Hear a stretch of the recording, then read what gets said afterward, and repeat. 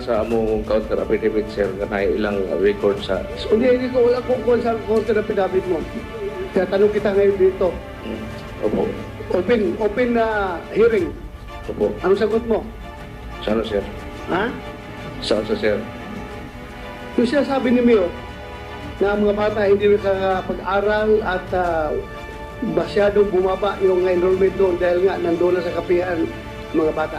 Yung totoo kasi, sir, yung sa 2019, nag-request me o nagkuhan me o gusto me nga magkatukod ng eskwelahan, lumikan kay ang kanadyo ang eskwelahan sa kuwan, sa Lanitag. Wala akong problema dyan, wala akong problema.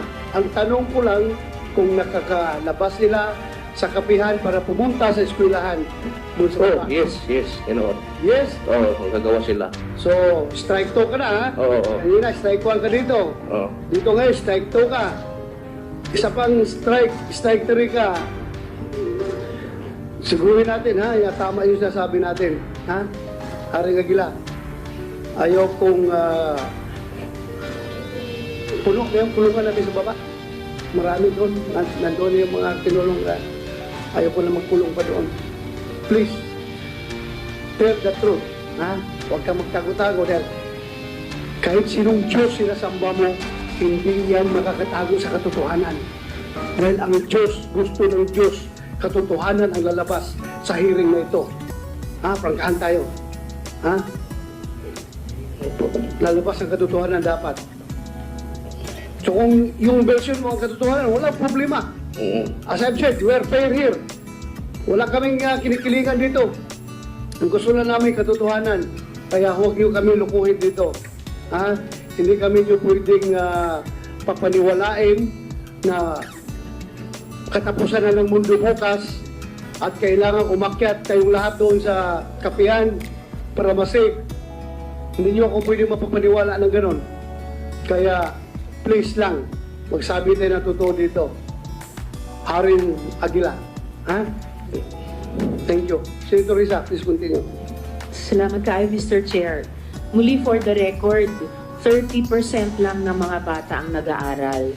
At sila yung 30% na pinapayagan para makakuha ng 4Ps. At isa na po ito na iniimbestiga ng DSWD. And for the record din, Mr. Chair, bago ko naman tanungin si Elias Coco, yung sinabi po ni Mayor Riza na massive dropout ng 800 plus na mga bata sa pag-aaral noong 2019. Kung di po ako nagkakamali, ito po ang sumunod sa Lindol doon sa Surigao del Norte, sa Socorro, na ginamit na pagkakataon ni na Senyor Aguila na tawagin yung mga kababayan nilang sumunod sa kanya paakyat sa kapihan. So, Mr. Chair, gusto ko naman pong tanungin si Elias Coco.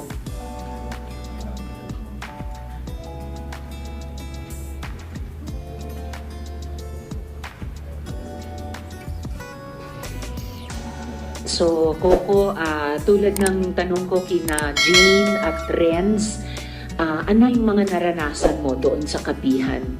Unsa imong nagian dito sa kapihan?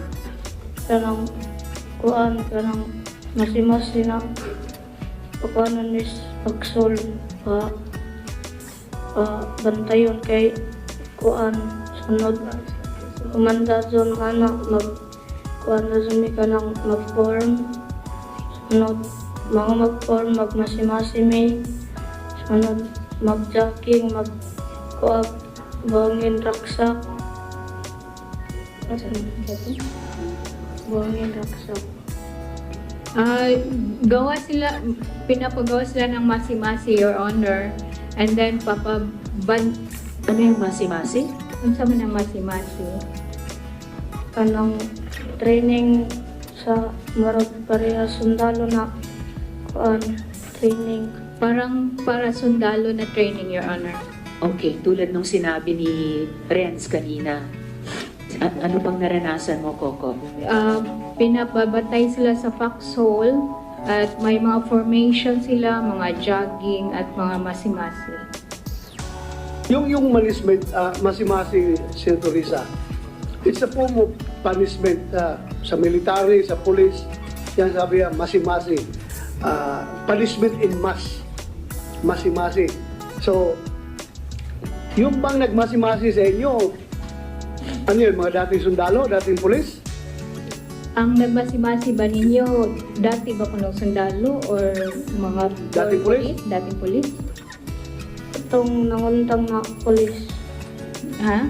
Itong nanguntang na. Nangundang, yung nag-stop na na pulis, Your Honor. Nag-stop na na pulis. So, nag-resign na police or nag-awol na police, whatever, basta dati siyang police Yeah. na huminto na. Sinong pangalan? Anong pangalan? Ako kay basta kay polis to. Ha? Hindi niya alam, Your Honor, basta pulis yun. Basta police. Ah. Okay, thank you, thank you. Salamat kaayo, Mr. Chair. Medyo familiar din sa akin yung term Coco, yung masi-masi, kaya tinanong ko kung yan ba ang sinabi mo kasi kahit yung late husband ko, PNP, nung habang siya'y nabubuhay. Ano naman ang pagkakilala mo kay J. Renz Kilario, kay Senyor Aguila?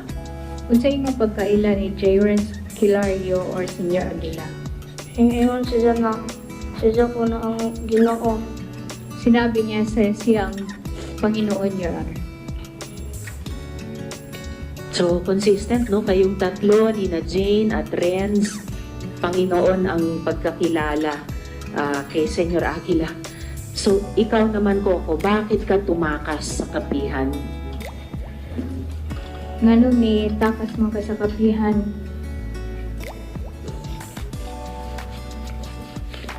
For a while, Your Honor. Okay po. Sorry, Coco.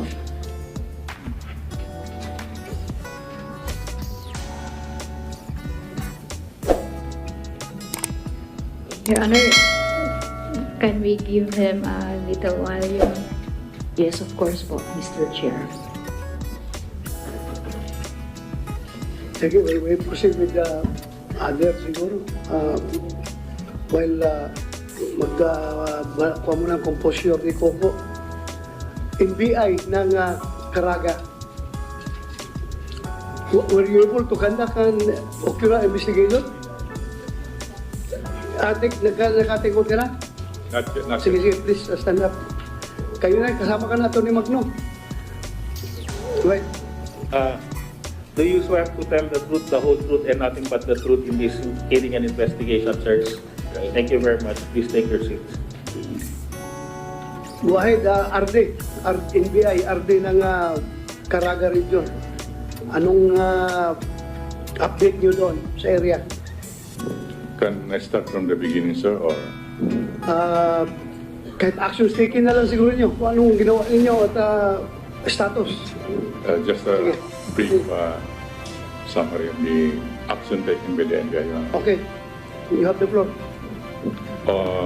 Upon we received the letter complaint, by the way, the letter complaint of Mayor Riza Rapunzel Timcam was addressed to our NBI Director, Attorney Pilato de Lemos, here in at our main office. And it was referred to NBI Caraga, considering that the area in Surigao is under the jurisdiction of our regional office of the NBI in Caraga. We received that letter request on May 3, 2023.